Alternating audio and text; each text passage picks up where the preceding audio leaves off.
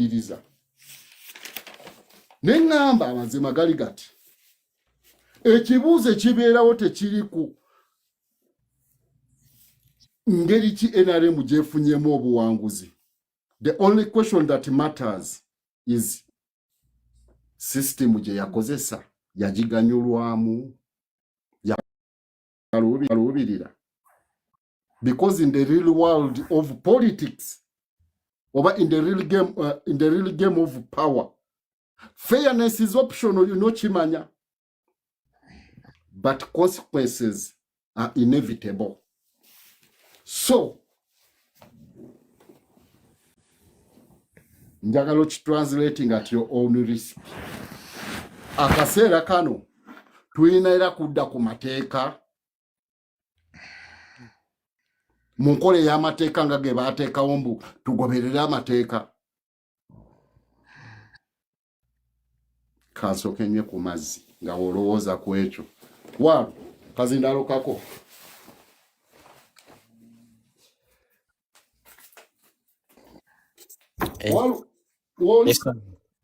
Wendi. Otegedde ensonga mukazannyo kano naddala wano w'oyogere fairness is optional. Fairness is optional, but consequences are inevitable. Are inevitable. Oli waddembe okukuba ekkuuli. Lefali n'agaana okufuuwa. Kyokka nga gwe ekkuli likulumye. Ku kaseera nga kano omuntu oba n'amagezi ogenda ewa owinyiddolo. Kya busiru wabula just olwoba omuwa legitimacy ate ndi institution ezikole nekyojjukira yamuwa akatebe yasalawo mbu leero gwe nkukooyi bw'olabira emitwe gy'aba MP mbu tugenda mu mateeka genda mu maaso.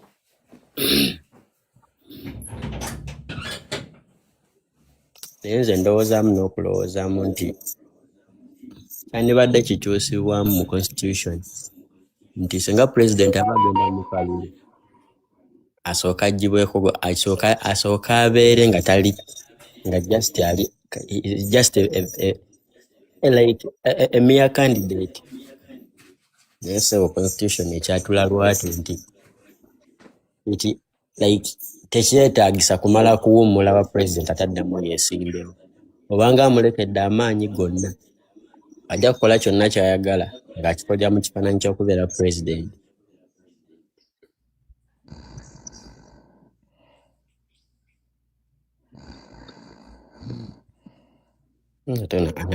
Anona afuluuti.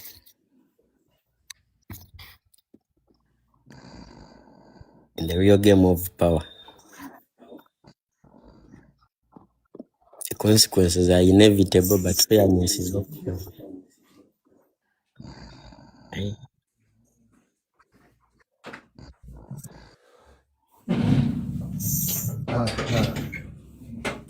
Muganda wange mpulidde ogamba mbuno constitution. This issue is not all about constitutional. That's the natural game or core of power. Oyino kimanya. Kankubuuza ekibuuzo. Religions okujja. Ziri constitutional. Lwaki yasinga okutta yasinga okudominatinga? Olaba the jihads, oba the crusaders. Power is built on what is happening now. Tewali power ebuildingibwa kunono za fairness. Asinga okubeera wild ya taking over na controlling amala kubukala n'alyoka akuteerawo amateeka gwe gwoba ogoberera gagenda okulimitinga omutuukako. So the question is, are you still stupidified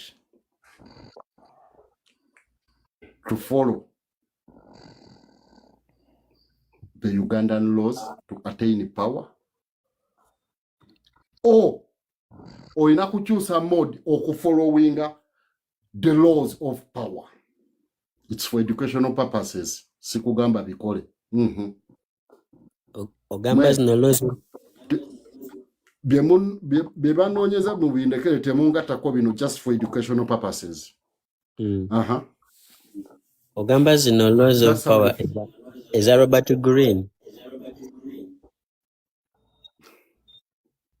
Ned. Ye nkola ey'omuntu yenna yagala okufuga. Gyatambulirako. That's the Machiavellian laws. Omanyi ekinkwasa ennaku jeno nti senga ova ku mateeka ga state yo nga eyo noda ku mateeka ga power oba laws of power yo nga gokagoka oli agenda kukozesa bibiri, agenda kukozesa laws of power and laws of the state naye kate wogavaako n'ofuuka omuwanguzi tebakukongratulating nga tebakukakasa bugezi. Anti obuzibu ye afuba olaba nga akuteeka wansi takukiriza kufuna victory. Weebale nnyo awo we bakugambira tewali power gye bakuleetera ku silver source. You must fight for power. Lwaki? Kubanga ne Kenneth Kaunda, was it Zambia? Waliya akalulu, the only time we were creating our akalulu akali free and fair, it was between Chiluba and Kenneth Kaunda. Chiluba yagamba lero katucreatingeko mungamba abantu banjagala, abantu iziti abezambia banjagala, lero katucreatinga akalulu akali free and fair.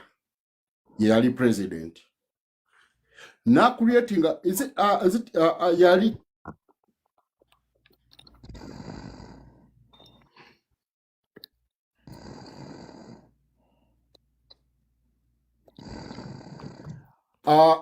Kenneth Kaunda yategeka akalulu ye nadde we na Sako radio n'awumula kulonga alaba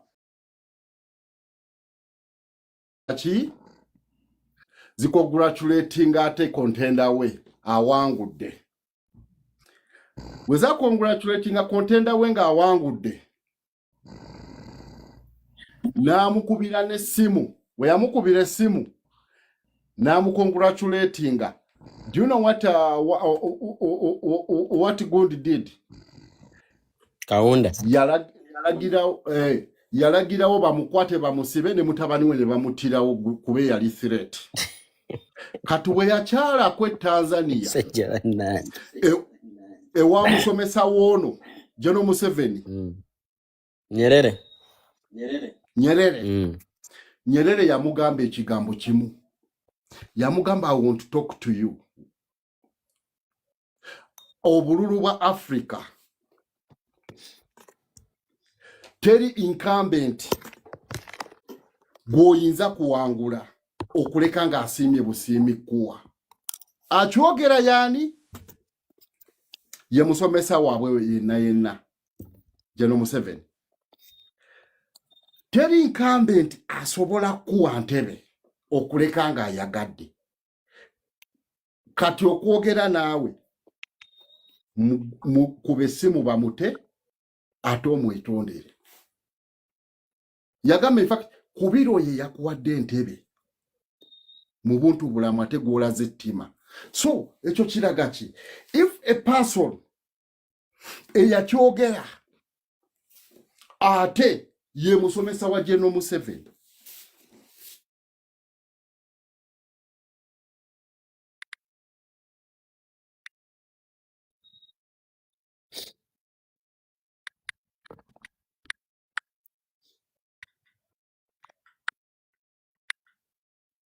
terms and conditions are applied. Kigambo ekiddako mbadde nkirowoozezaako nnyo. Uganda.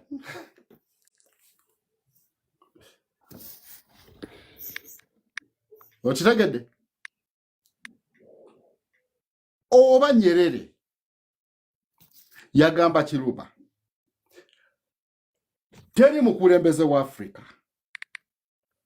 asobola kuteera bukulembeze nga tayagadde. So kube simu Kaunda bamute immediately ogendo tuuka mu nsi yo nga mute ate omwetondere n'amuddamu kubiro yakuwadde entebe mukwagaliza kuba teri mukulembeze wa Africa ategeka akabululu yalonda Chief Justice yalonda akulira Amezze yalonda akuba emiggo yalonda anakusenyuwa yalonda anakusiruwaza mbwakuwa obukulembeze ekyo ne maliriza nga ngamba ki that means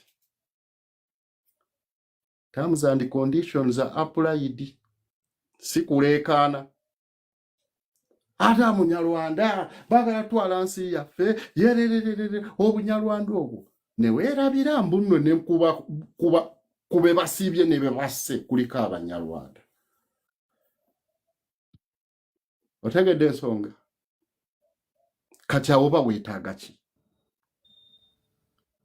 critical thinking ekitegeeza abanyarwanda si bwe era tobitegedde omuntu yenna ali mu State House kati era His Excellency Akalulu yakakozesa just kulaga yajja mu kalulu n'agambirawo tugenda mu kalulu ako tebagenda tulangirira ekitegeeza yali akonfaminga akalulu ke tugendamu si buwanguzi buno bwenjagala obwange kyekikulu wabula obuwanguzi bwa Uganda wabula gwasuubira mbuno jakajja mu kalulu weeriko kye nawe bali nnyo okona ku nsonga eyo lwaki ate bano ba acolytes ba stooges bagikozesa nga setback ya His Excellency no bafere ndowooza bafere nalayo munyagwa nga oba eyo video wagirabye ng'agamba mbu Kyagulanyi okwogera ekyo ekintu si kalulu mbwawe yakola era biki yensonga lwaki yakugamba it is a protest vote. What is a protest? Abo byogera kunafuya gwali wansi gogwemu amaanyi toli naye yajja akimanyi naye ate ye ekirowoozo kye kyali kirala kulaga nti ebintu si byakufunira ku sowaani tulina okukimanya tulina okwetegeka kitugambirawo tewali agenda kuwa buwanguzi ku silver source oyina bulwanirira power is always fought for power is always snatched not given. Era bwekityo bwe kiri n'ebyafaayo byonna bitulagayo bata n'Obuganda bwennyini butulaga nti nno eddembe litulina okuba nayo tulina kusooka kulirwanirira okulifuna bwe tunuulira oluyimba lwa Buganda ki kye lugamba abazira ennyo abaatusooka obuzira kitegeeza kuyita mu ntalo balwana nnyo entalo Haji ekirala nosha kikambwe banange long time wabireba mubulidde naye nange nabula mukama we yasoose okunyereka yavuddeyo n'agamba finze I'm not going anywhere because even I never had enough organization.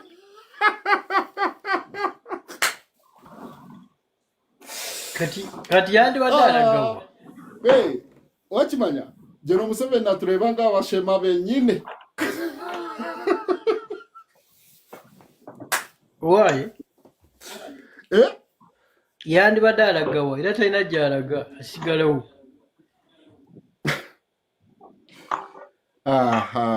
Organization was enough or not enough?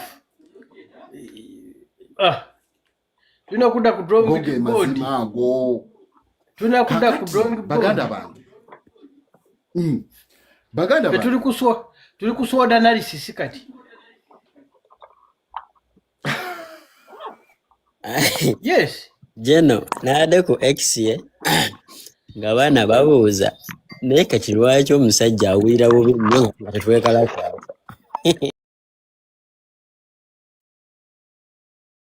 lwaki omusajja akimuluma mbawulira bubi oli n'agamba mbu kati saawa zino General Museveni kitwale nti ye omusajja bamukwatidde mu bwenzi n'omukazi omulala ng'omukazi w'omumaka yamukutte wabula omukazi w'omumaka n'asirika tamunyeze n'atamusobola kati ebyo naye naawe emboozi ng'eyo naye naawe emboozi eyo amazima kati kakubulira amazima fiya General Museveni gy'ayina eri emu how still organized and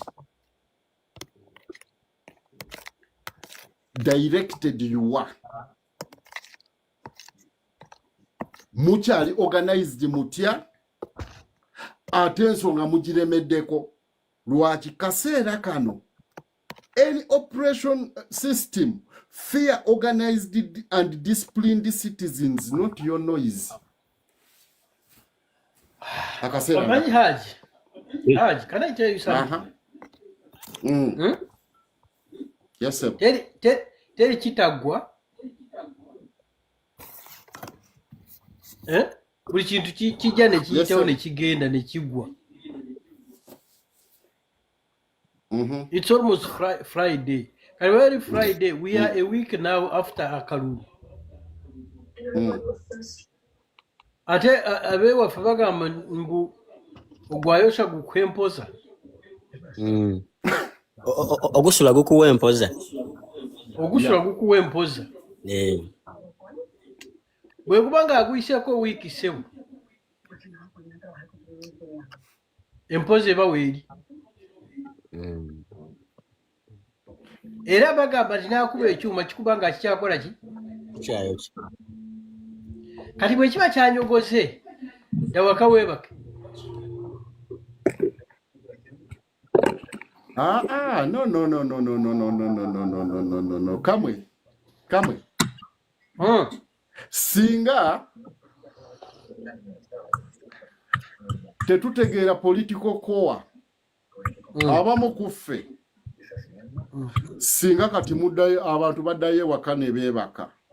However, nze kyembakiririzaamu kiri kimu musoke mutuule musirike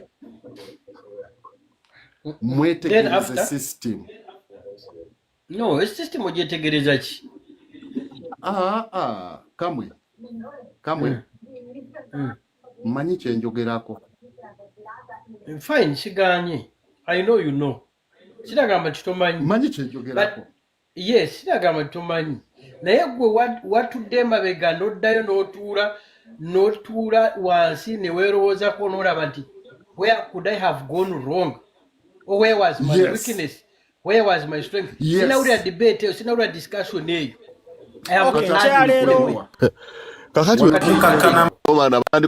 You see, eno zenjireese. Naye nga eriwo yonna. Byosanze kati. Obadde wakajja. Nsoose nenjogera ku how General Museveni wakoze okututeeka mu mbeera eno. Embeera ey'okubiri, how can we act okusigala nga tukyali ku mulamwa. Embeera ey'okusatu gye mbadde ndeeta, what to do to attain our victory.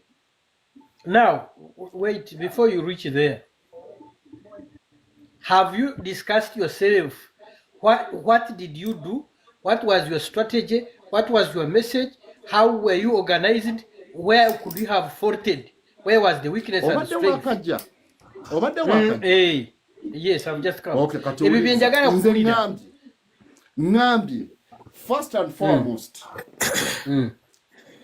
Abannayuganda abasinga tebategeera message y'omukulembeze. Message yali egamba ki? Message y'omukulembeze yali eti, listen, let's decipher word by word.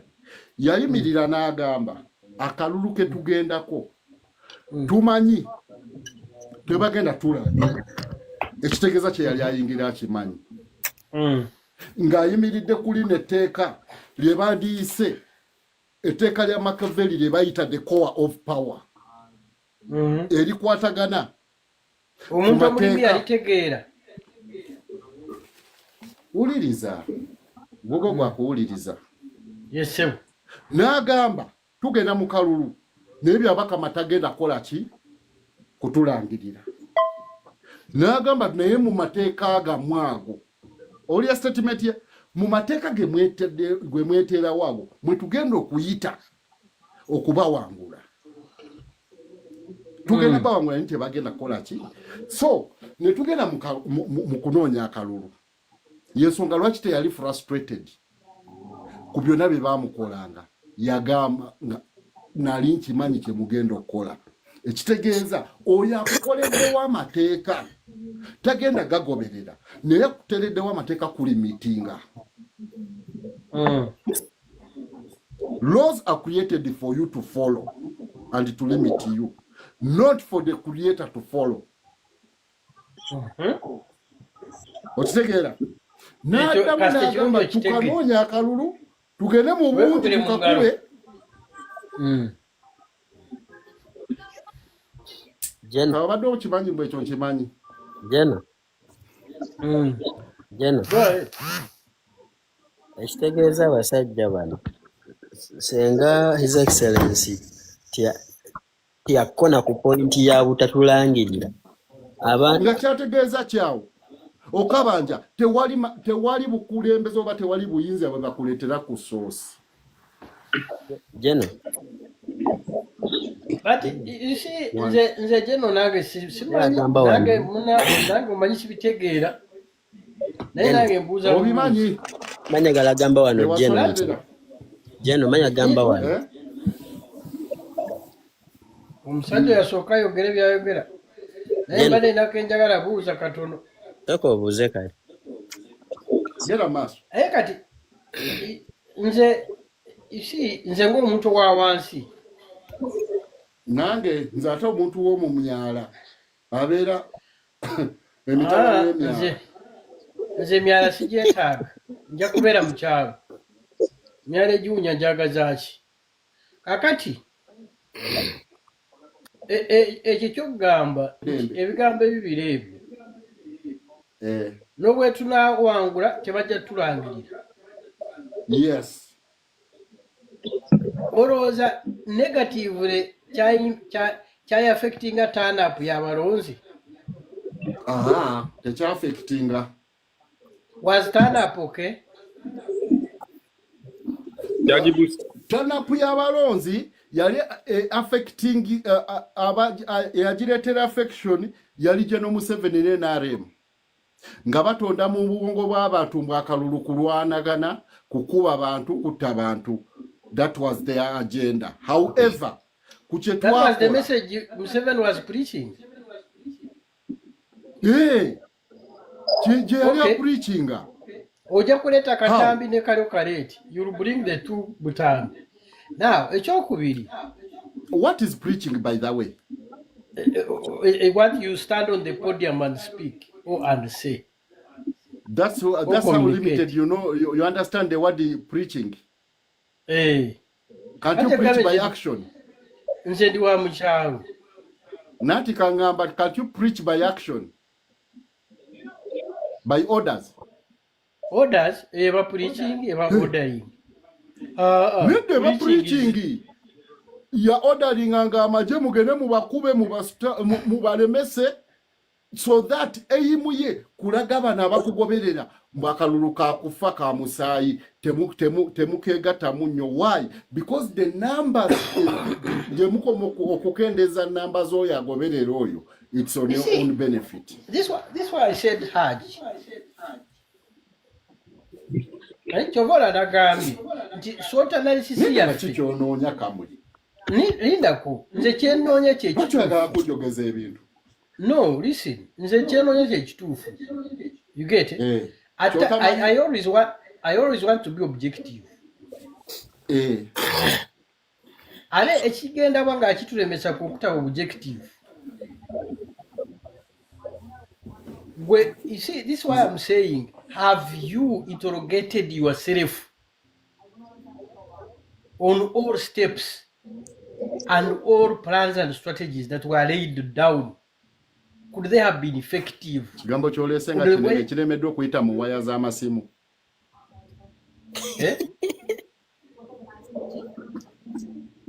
Keteeza ku kigambo ky'oleeta oba kirabika kiremeddwa okuyita ku waya z'amasimu. Kyekiriwo. Nati obadde okireeta. N'otakiwulira? You do not hear it. Era kati sibiwulira. What is the problem? The words are heavy that you're bringing. You're trying to infiltrate my mind. Nedda ssebo. Amajjeno kambuzeyo katini wano.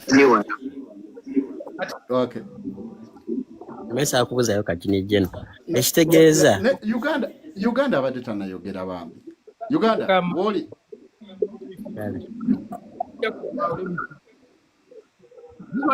Tawa. Wanji. Kamwe soka we muting a good network here food. Tawa. Ogamba oti. Yes, sir. Balimwezo yogedde era zeetaaga era bwe tuba nga tulina ku maaso gye tulina okulaga kubanga gamba nti omuntu bilwoba nga okulumiriza busungu obusungu buli amagezi kigambo kya busiraamu abasiraamu tetukikoze okulembeza obusungu ate obusungu buli amagezi noba nga tukyakozesa kati ye muzeeyi n'afuba okulaba nga tuteekako embeera ey'obusungu tutandika okwogera biro na biri ebitajjira ku mulamwa tuba twogedde yasigale ngabirikize yalina obuyinza buli mu ngalo kuba nga tulina wetubuuka so kati ebyo byonna byonna okubiyitako tulina okubeera organize nga tubimanyi nzeerewo nga tuliba nga nti omukulembeze abadde afuba nnyo okulaba kugamba abantu temulwana mubeere bakakkamu nga kyalwanyisa kyekyo. Mutapinga ku screen banaye mutapinga ku screen network eterere abantu obusungu nebayitirirako ate nga nemesi bigambo by'omukulembeze bagiteekako sira kugiteeka sokotereze network yo oyina echo tetukuwulira goge mazima time nyenda gikudiza sokotereze network yo waliwo badde obuuza ki nga tetunagenda wa Bernard naye akubuuza okusinziira ku explanation gy'obadde oli mu kuwakamu nti bano balala kye balabanga eyali era ate nga ekyo kyali ekituufu kye yalina okwogera nti kati njagala kubuuza kino nti ekitegeeza nti senga twagenda mu kalulu kano nga tusuubirwa okulangirirwa oba ekitegeeza nti tubagenda mu kalulu kano nga tusuubirwa okulangirirwa byabakama twandikozeseza emotions okulumba street. Kyova olaba nga bano abapapa okulumba nababuuziza eggulo enkya mugenda ku street. What's your way forward? What's your agenda? What plans do you have to sustain it? What are your exit plans? So in such a moment, solitance okudda mukasirise, then you plan. It's better. It's far much better. Don't just rush in just because of your emotions. Tuluwawo. Ngate tumanyi very well the discipline of obugumiikiriza. Bw'oba oyagala creatinga oba wisdom eri mu patience unless nga togimanyi toyina kumala gapapira kintu kyonna.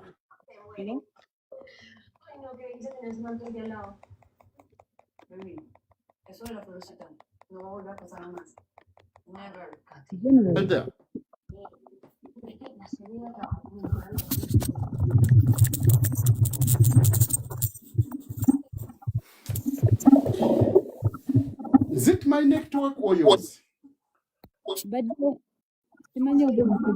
Jeno go talina network.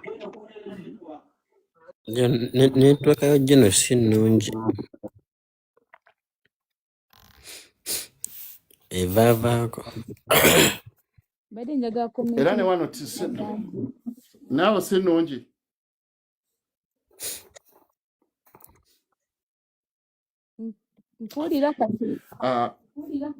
Okay, fine. Liz, gena maaso. Mbalamusiza mwenna. Bino weebale mulimu gw'okola. Nsonyiwa okubuukira nga nakayingira live naye waliwo kiwegedde ekinsa attention. Ensonga bano abantu bakwata mu network yange. Please, let's tap the screen. Yes, so nga bwe Oba nange ngamba nsobola ogitapinga. omanyi oba mpulira general. Kati nkuwulira. Yes, kati ensonga gy'ogambye ey'okurash basanze mwogera issue demonstration immediately after elections. Nga in the dictatorship that we are in, it is one that so an election is not something that you expect to be declared.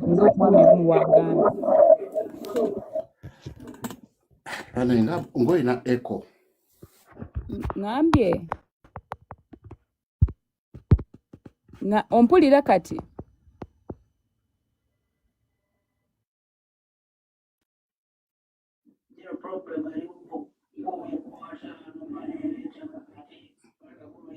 Ndoza kanjogere mujja mu briefing ensonga gye mbadde ngamba ngenda nakuteekako message nti the reason why people go into elections in dictatorships like to first of all pull out that anger in people. The psychology of an election in dictatorship kwe kusika obusungu abantu balage nti n'ebyo akalulu babibuluga bubuluzi. So aba bagenda okwekalakasa during like immediately after the election, if at all they manage to find a way of multiplying numbers, picking momentum, because you cannot organize a single day mass demonstration. They have to be small battles. You know, during a war mubeeramu obutalo in Luganda tuzita ntabaalo. Nengo olutalo lunene kati zine ntabaalo. One of those is akalulunga. There's a difference. There's a war and a battle. Yes, a battle is a short time. Small battle. Yes, olutalo lubawo lwa bbanga ddene. At the end of the day ne wabawo aluwangudde.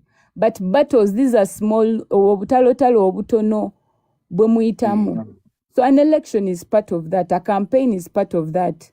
And even these demonstrations, as long as abakitandise, ba creating a mechanism eya momentum okusigala ng'erinnya, so that there is a pattern of continuity. Naye kati nga wali we natandise nti w'okola wetuva mu kalulunga kano akalina okunyiiza abantu babeere n'obusungu, w'orisaawo reaction or action after ekipinga ezentabaalo nga zigenda maaso during the war, the bigger war. Oba olese oba ogenda te kukakkanya obusungu bw'abantu kati akalulu intention yaako in dictatorships kaba kagenda kafa nti abantu kati bagenda slowly baddayo nga emitima gikakkana, because we human beings we are psychologically dynamic. Ekintu wenkibeera nga kinyiziza ebbanga ntuuka nenkimanyiira. So akalulu ne Besigye kyabadde agezaako tugamba, but because after the election abantu ate bagenda mu depression instead of anger due to the silence of some of the leaders, the imprisonment nga people expect that Besigye inobera ku front line. That is why Kyagulanyi in his campaign he's promoting tinawe gwe Kyagulanyi nti you are the one supposed to fight for yourself, so that even if in his absence that pressure, that anger can still manifest in these uprisings ezigenda zikula. So imagine tugambe Mbale mu kibuga beekalakaasa ne bakwata abaana ne batta nga bwe mubimanyi ebigenda maaso, then another district does the same like that. They are small but they create a momentum, because now internationally an election has attention on an international level. The whole world is putting an eye on that specific country. So when there is no that momentum, abantu abasigala nga bagoinga maaso ne actions ezo. Mutapinga ku screen mbadde mpuliriza. Yes, ezo actions ezo sustaining obusungu no ku creating, because it's also a sort of mobilization. When muberanga all the time chemulowoozaako ye activity ebadde in this place, the other place, you even get now more strategy on how to combat. Bali bafunye kizibu ki, what can we do to adjust and be better than how, and tuone ekizibu kino kye bafunye. So if you've seen Iran, yes, if you've seen Iran, let me ask a question, Liz. Yes. So the way you're explaining, obanga ngamba, it's normal for the participants to go in. The more injuries or the more pain they receive acts as a lesson. You see, nga bwe twagamba nti nga mumanyi olutalo we lubeera. Olutalo ensi egula mirambo. So there is, but Uganda, we are on a certain level of knowledge about, first of all, uprisings, demonstrations from the Besigye era. So the people that are organizing such actions must be the ones who sit down with planning, but they have to do it in a time frame that is still favorable for people to pay attention and put. What exactly are we on? Are we on a liberational course or a demonstrational course? Liberation, because I'll give you an example of Iran. Iran, because may I overfollow those battles. These people started demonstrating in communities. So other people kept on coping and adjusting. Because even right now, no Gambanti, abantu bagenda kwatibwa ki. I have a question. Yes. I have an important question. Yes. On that grounds. Can uncontrolled emotions liberate or destroy a nation? As I said, I specifically talked about the emotion of anger. Not can it, if it's not controlled, can it liberate or destroy a nation? Now, in the studies of peace and conflict, you need a state of uncertainty to create certainty. Nti ekisenge kyotuuko kitereeza kinabeera nga tekiteredde oba kitegeera. So nanti siganye byonna mbitegedde naye nga anger, yes, nga teri uncontrolled, a destroying oba a liberating. That is a two-way question. I'll give a two-way answer actually, because there is a certain level of uncontrollable, of being uncontrollable that is necessary, and of order that is necessary. That's why I've told you these people have to have a strategy. That is the level of order. Then the level of unorder is that okutandikawo trend oinabeera nga abalala tebakikola. So you create a system nti ochi attracting abalala nabo ne bajoininga, but in a way that is both you being a flag raiser and also being organized as a group. Kati fenga Uganda, we have learned a lot about arrests, killings. So when mutula wansi era I agree with you on the point of order and organization. Where we disagree is maybe the timing, that this has to be done within this same period. Ngabantu bachayina that attention. It's not a matter of having that attention. Please allow me. Liz, can you believe that you can have people can be with right with the right cause, yes, but wrong method of application. Very true. Chova ngambia strategy. Chova nze waliwo obadde that we're agreeing with the same concept of being prepared, organized. But my point, I don't know if you had said that we have to wait, but my disagreement is on the timing. That is my only issue. Yes. According to your analysis, it's like you're trying to say you're trying to create time for this revolution, a specific time for this revolution to be active. Is that what you mean? To be active years and years ago. Okay, thank you. Can you believe, sister? Yes. Can you believe? Yes, dear. Many powerful nations lost victories. Not that because they are weak, but because they carried uncontrolled emotions. That is true. That is very true. What is the state we are in now as Ugandans then? Now, as Ugandans, first of all, by the time that's why I think that the saying of rubber dub style came in, that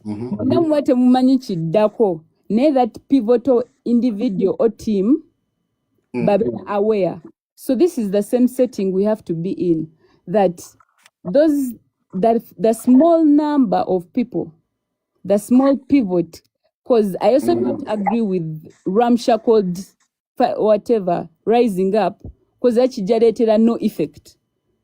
So okay, Kakati, a system like Museveni's system, please. Can you believe they can use that anger we carry? They can use that fury. They have all the possible ways of turning that onto us, and they have started doing it. They already did. Why do you think like so? Why do you think like it's so? Why do you think they did like it is? For starters, when you're trying to control, you see, we say that society is static, but people are dynamic. Kati society yonga yo ebera wanti systems zibera zezimu, abantu ba actinga patterns za actions zisigala zezimu. That's how even social structures come in, government, bichi. Then they are what they call the people. The people are dynamic, ntibachuka. So what the government does, it has different multiple strategies. So for you have to find their weakest point.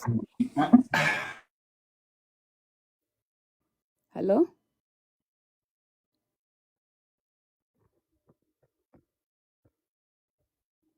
Only fear. Unorganized, disciplined citizens, not noise.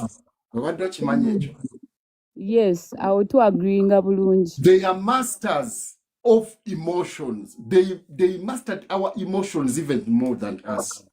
Yes. Siwulidde okankanamu saboddemu okukyusa ebyokwogera. But attacking us emotionally. Lwaki? Kubanga at this particular time governments zakimanya once no igniting emotions z'abatuuze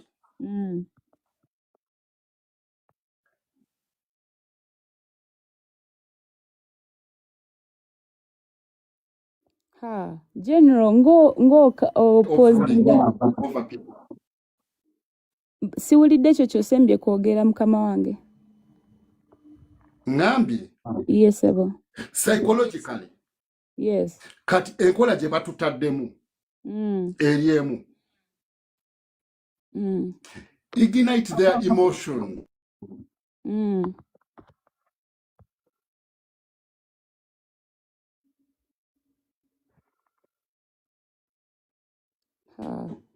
butuula ne mulowooza kye basinga okutya a disciplined and organized citizens naddala nga tuli mu mbeera eno gye tulimu ey'okutubba akalulu kati buli we babikola ne tudda kuno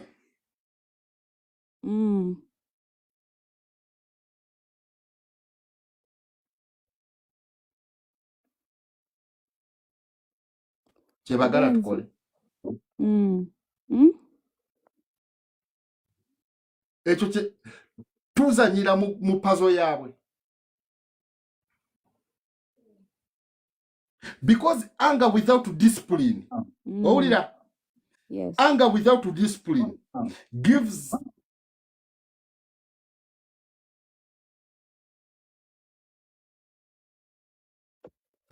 General freezing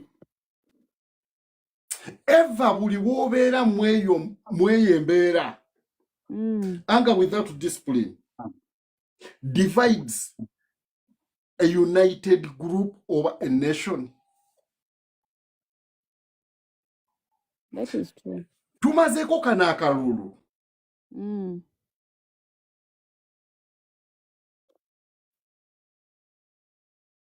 Zenze kawulira general nga freezing oba nabala. Okkiriziganya nange oba nedda. Akakasembyo sikawulidde nsabo nziriremu wa deposits. Ngambye mukana akalulu mweno nga tuno mweno campaign trail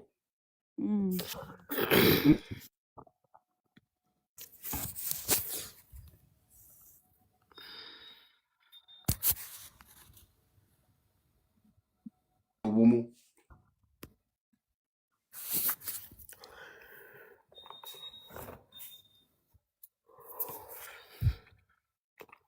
okawulidde abula jeno manja jeno freezingzemu. Are you serious? What I'm saying okay, what I'm trying to say yes sir. Ngamba tugeze okumalako campaign trail eyo nga Uganda yonna tutandise okulowooza ng'omuntu omu. Yes. From north to south, east to west. Nga ffenna tufunye entegeera mbwe ekizibu ekituluma kye kimu. Naye apparently olw'okubbibwa kw'obululu ne balangirira omufu obadde okimanyi kati enjatika zizzeemu. Why? Because we raised our emotions, we raised our anger without discipline, ne tuddamu ziri tribal sentiments bono obunyarwanda. It's a bad thing. Oh, you're very, very right, by the way.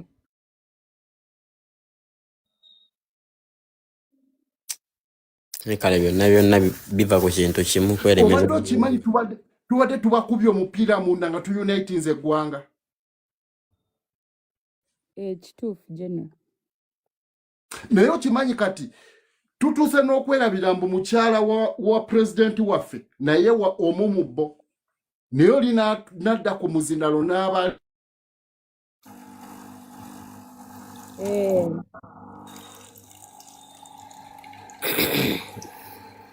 general n'abakola a united group ate ekyo ani yakoze eki? kye baagala. Ani yakoze eki?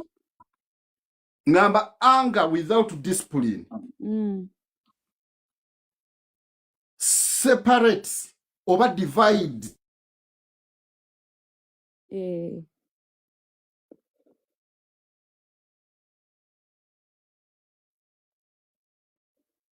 Divide and rule. General, Kati ate ffe tukyekolera. Nyonyo. What did you think was the agenda of the Interreligious Council ogenda ewa Honorable Kyagulanyi wa President waffe?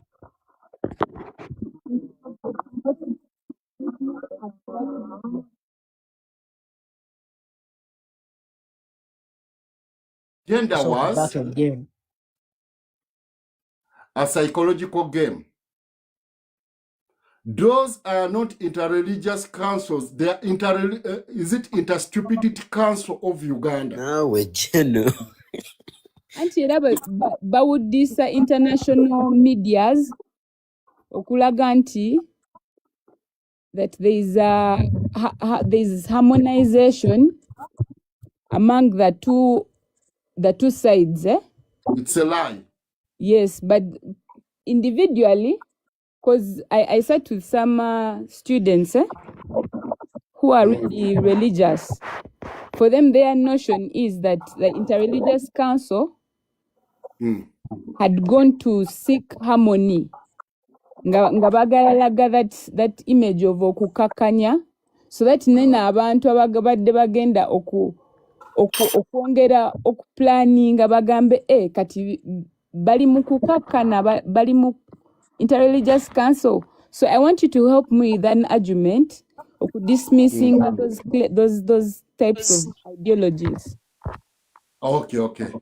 Thank you. I will do so. Onogundi asoka agende maaso. Ani abadde agamba otanayogera? Abadde tawa?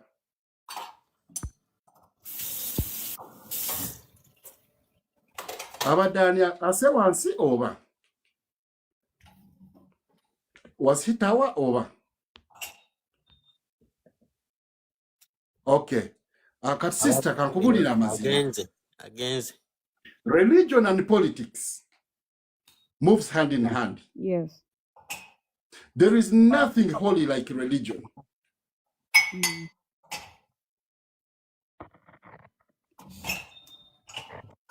There is nothing holy, I repeat it, like in religion. More so, the religious settings of Ugandan system. Because all the religious sect is under a system, a secret system called FBI. And General Museveni has applied it perfectly. Mumadini gona FBI. Wadoji manyeyo. Maybe I know it in full. It's called what? I'm asking the full version of that. It's faith-based initiative. Yes.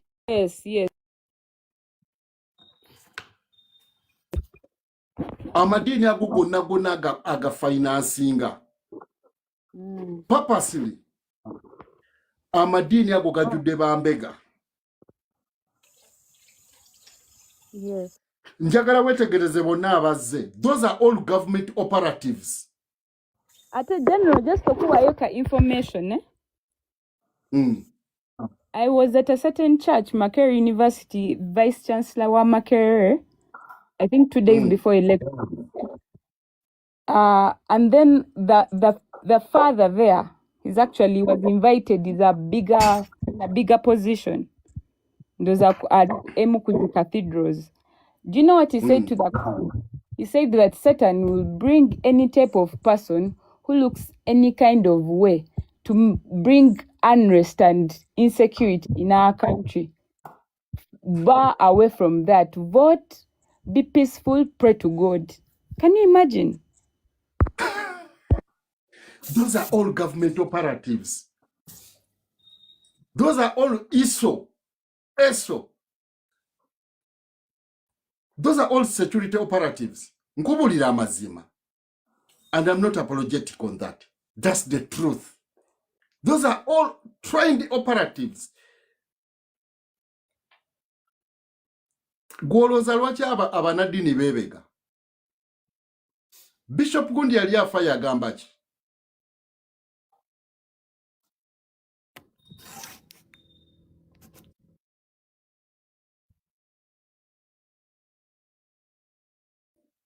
The Archbishop yagamba ki?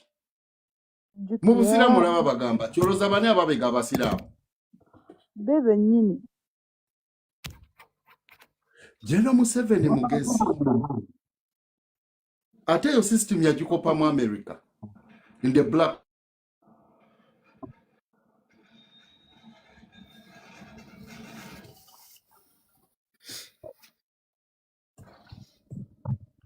Nga bali under the program je bayita faith-based initiative.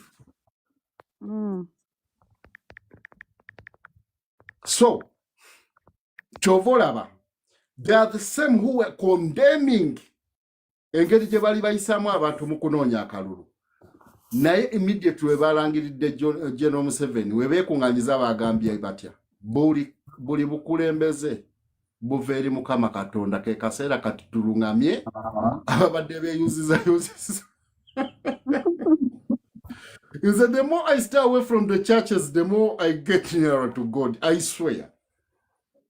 I was so traumatized. Jenkoma okwewalaga agayaye. Jenkoma okutegeera Katonda. Jeno Kabaya muleteko waggulu kyeka ina kyayagala okuyisaawo. Kabaya aliwa. Oyo wansi ali agambye kati Nuupu yeekwasa banaddiini wabula omuntu alabye n'ennuupu. Munayo. Munayo kugwa mu mboozi. Kabaya. Okwo kugwa mu mboozi totegedde kye tubadde twogerako.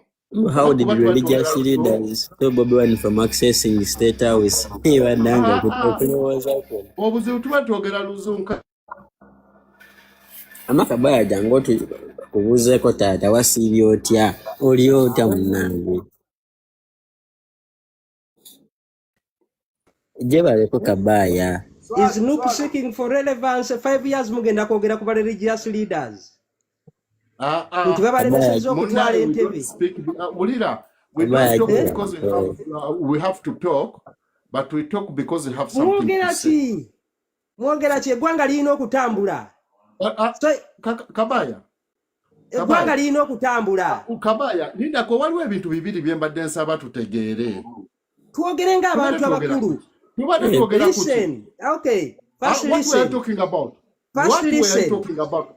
You can't tell me to listen. You're talking nonsense. What religious leaders bayina okutabaganya abantu. Bamwe temwagala kutabagana. That what they are doing is the right thing. What they are doing is the right thing. What church badde we kiri wrong?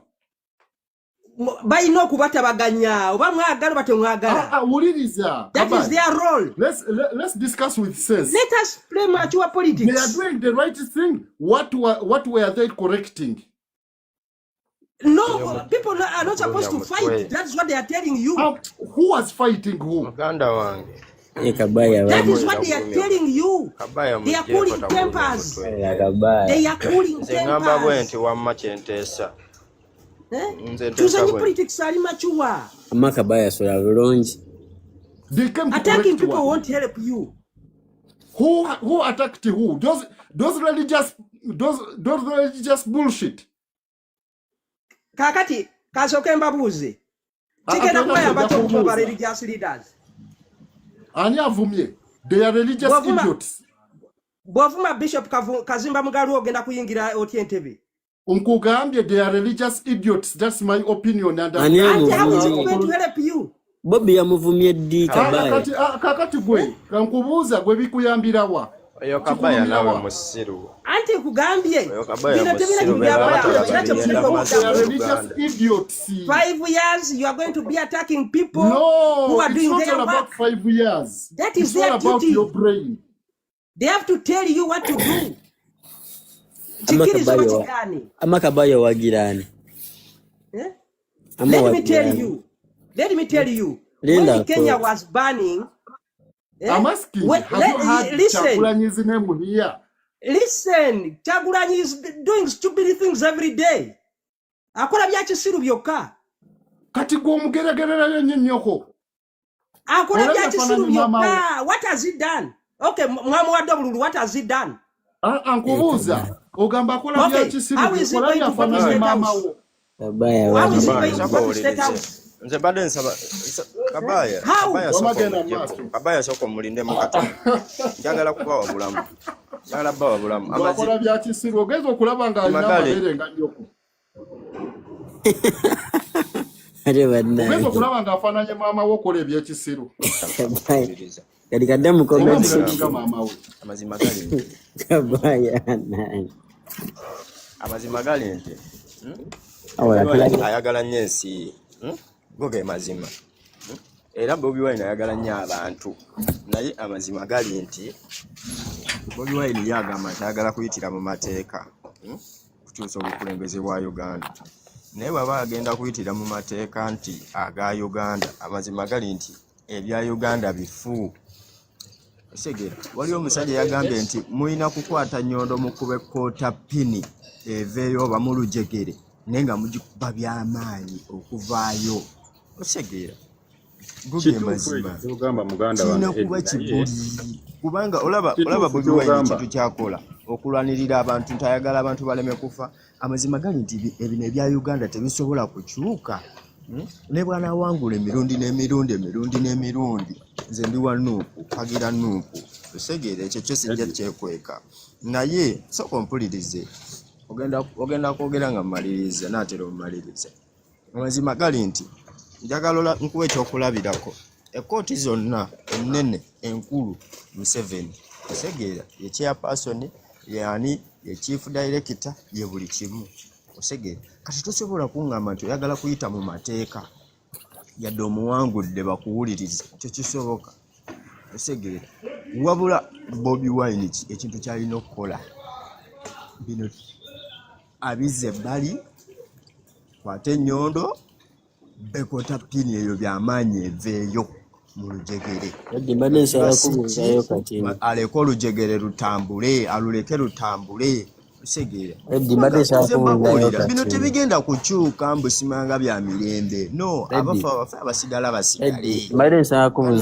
Awantu obw'okugenda abamanyi bali abasajja okola bukozi nabo ndagaano ba Trump ne bajja ne bakuyamba ne bakubeereramu kigezi lyokka mbuuza. Okay neyanzanyo ekirungi oli muwagizi wa NUP banesaba bwobanga oli muwagizi wa NUP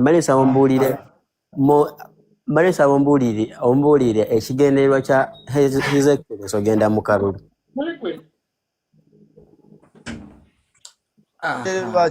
Kukyusa byabufuzi bya Uganda osegera n'abantu okufuna kituufu kukyusa naye ekigendererwa kye okufuna obwenkanya. Yes we bale nnyo mbuuza okujjako gavumenti eriko mu kugenda mu kalulu yali anoonyaayo ki kuba ogambye nti nno kyaliko kifu. Onkutte bulungi nkugambye bwe nti nze olaba oyo omusajja ali ku screen oyo munene yeetaddemu kinene bulijjo mugoberera era nzize nga mbeera ku live ze amanyi era erinnya alimanyi sigwe gusosola bikira ku live ye. Tonkutte bulungi segera kuba ekyo kyombuuziza nti Bobi Wine sima bwagenda mu kalulu gyanoonyaayo kikuba ogambye kyaliko kifu. Tonkutte bulungi nkugambye bwe nti kankikunyonyole bulungi. Nkugambye bwe nti Bobi Wine ayagala abantu osegera nga naffe bwe tumwagala era tayagala abantu kukola ki kuttibwa.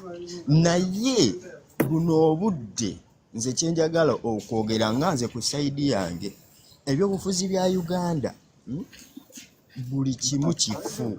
Osegera ekisooka ebifo ebinene palamenti buli kimu kooti ennene bano bagundi abanene byonna bya Museveni. Osegera kakati amazima gali nti Bobi Wine tasobola kufuna bwenkanya tasobola kufuna bwenkanya nga tukozeseza ku maanyi. Nsaba obere mugumikiriza. Kabaya omanyiza sitera nnyo okukyawagana n'abantu.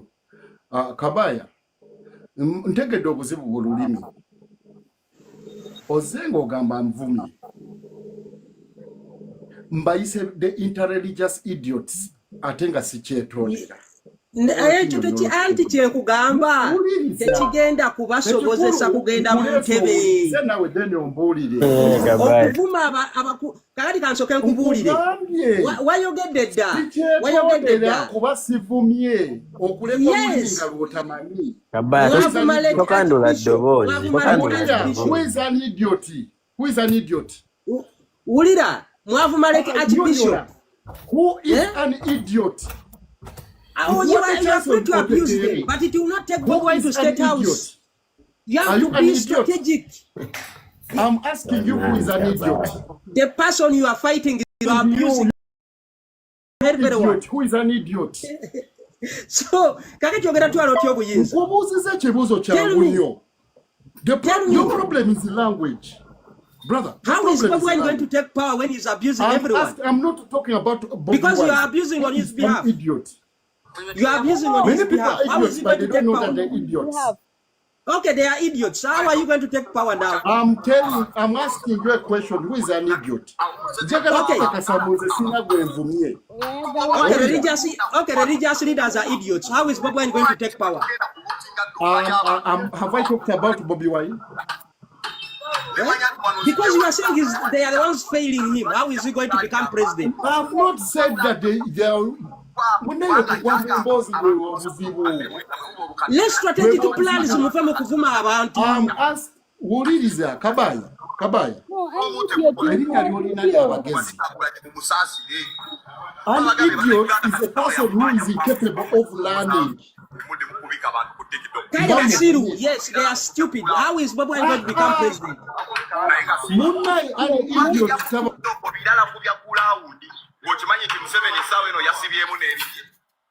Those people should be representing Ugandans, not the state. Okay, they are not representing them. What are your plans of taking power?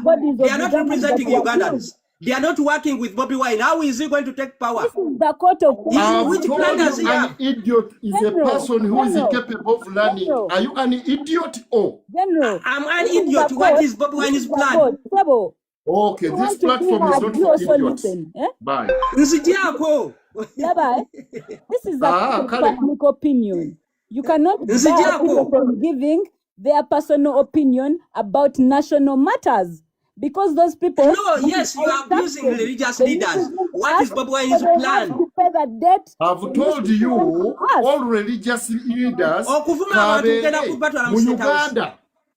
No, now for you just want to sell your ideology. Okay, brother, religion and the politics moves hand.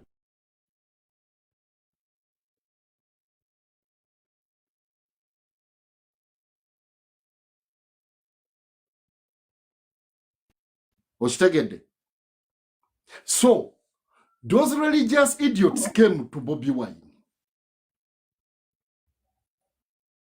for a political strategy, not as a reason of harmonizing or spiritual harmonization.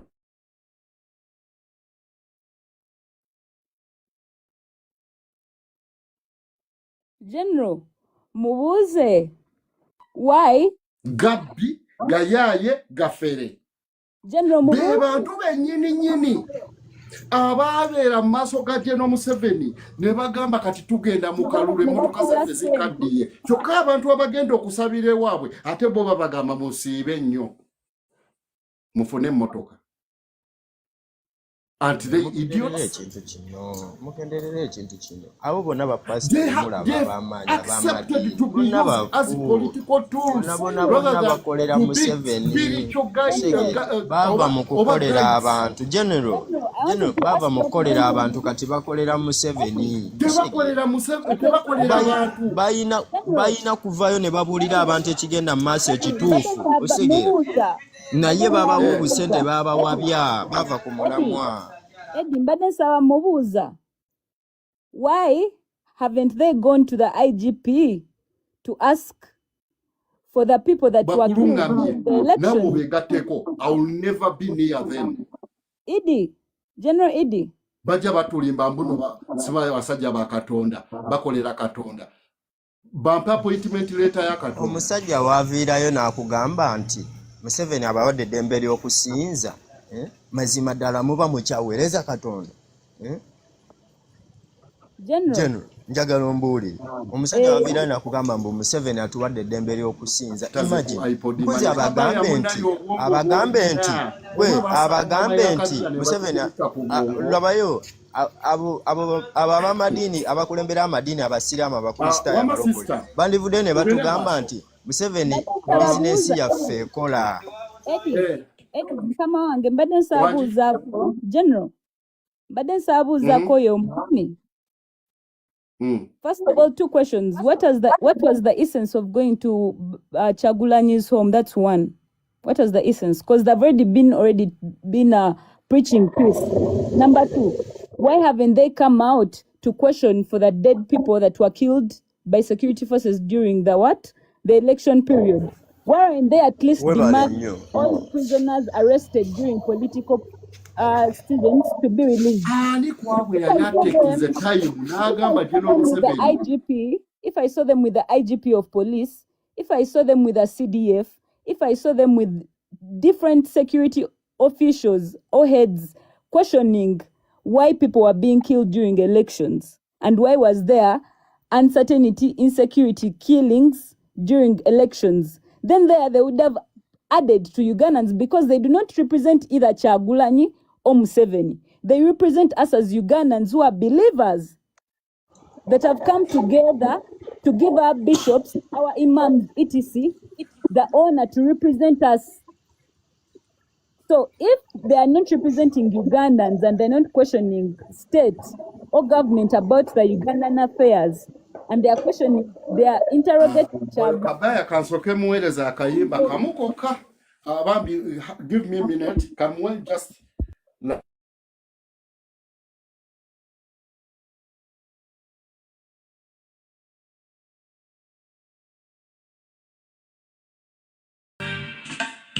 down your ear. Open your eyes.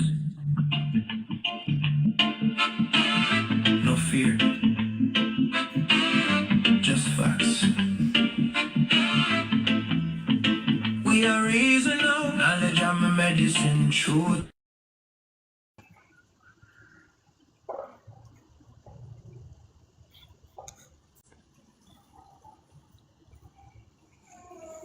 Knowledge is my medicine.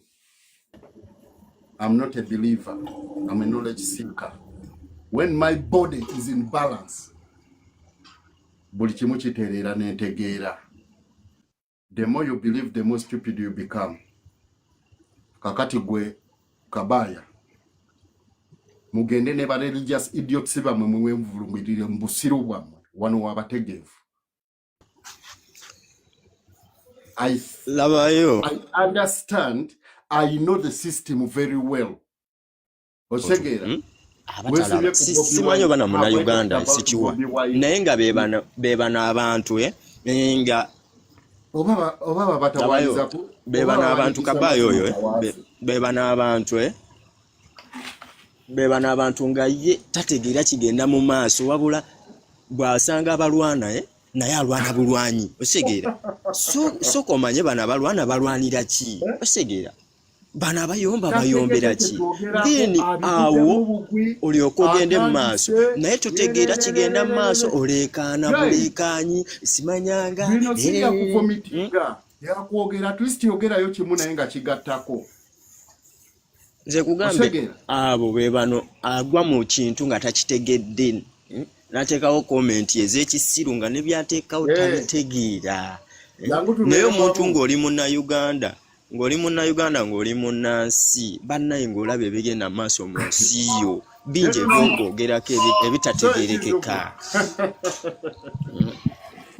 abantu ekika bwe kityo babeerawo nga bo babasasula buno ni munyapi papa nga babasasula akubulira amazima wanuupu akubulira amazima akasonga kamu katono nnyo kati n'alambikira ko zina gyereetamu and I know my agenda is unity okuva dda nkyogera kakati gwe entegeera yammwe oba yemu ne kabaaya some idiots always balooza muno bategeera omanyi lwaki yesterday oyo kenyini Genozi yansindikidde message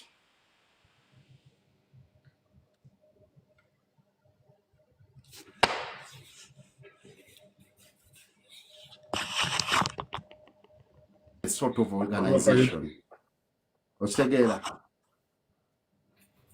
ne mugamba amazima gali kati kyemugendako kati kyebagala mukole kati naye ate tusobola okituukiriza kasita tuba well organized kubanga bwe tusalawo ogenda ku street tuba tulina okubeera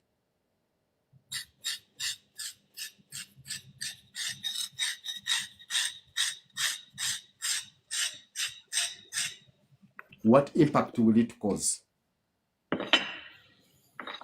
and for how long will you stay there abasajja bayombye naye mbatunuulira n'enseka Genozi, can you come also compare your results ezibaddeyo leero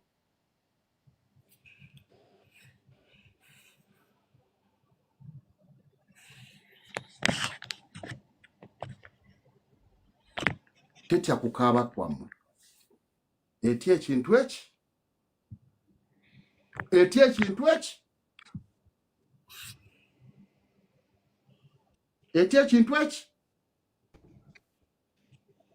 nga muli organized nga muli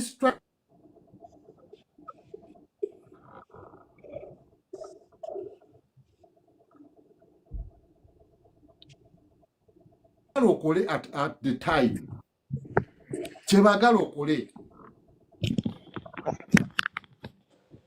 kuba bamanyi kati you act emotionally but you must act rationally. You are reacting, you're not acting.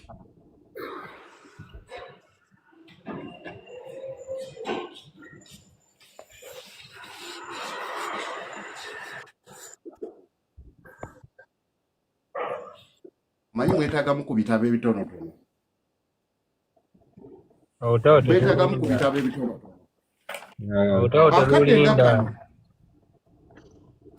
Akadde nga kano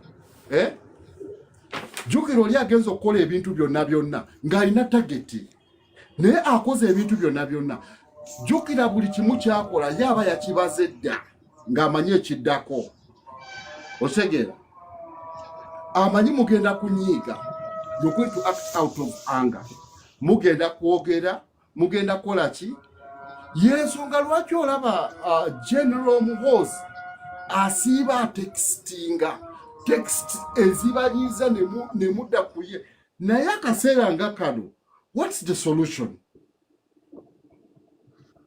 bwe tudda mu katabo ke bayita Art of War kirizagana the coldest mind always win the hottest war oba battle omanyi yali ategeeza entegeera ezikakamu ewangudde entalo ez'amaanyi ennyo lwaki because people win wars in their minds before even stepping in the battlefield olutalo lwonna lw'onoowangula you first win it in your mind nga tonnalinnya mu battlefield oyo akurevingira for a win nga tannawininga mu bwongo bwe be batuuka mu battlefield ne batandika okuyagayaga okunoonya obuwanguzi at that particular time they crush you there and then kyebagala mukole otegeera General Shanzu yatugamba if your enemy is angry irritate him oba omulabewo munyiivu yongera okumunyiiza zeezo tweets z'olaba General Muhoozi ng'atweetinga kumukumu n'akatta bafuutu soldiers 22 owabiri mu basatu nja kuba musanyufu.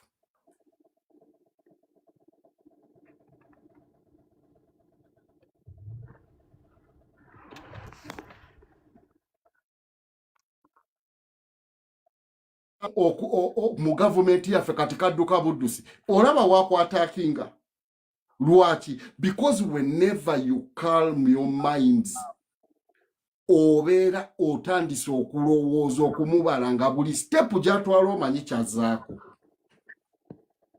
ne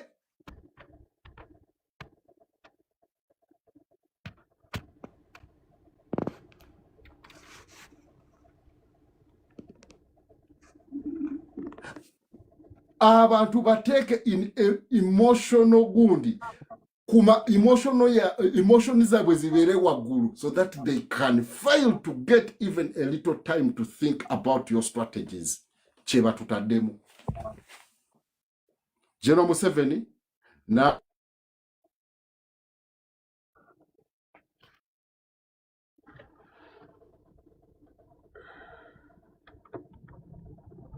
nyolako mbu tolimuyekera.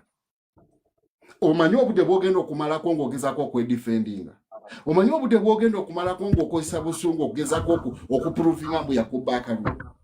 What if your time n'okulinga down n'olowooza how to counteract to get your win? Ekyo kye babeewaza.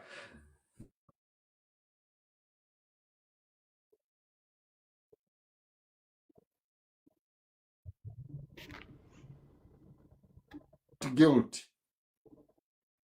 Mwenya buli we bakunoonyaamu ensonga ekupiiningako omusango. Okitegedde? That's a strategy. And you must apply it now. So when you don't react, they lose direction. But react.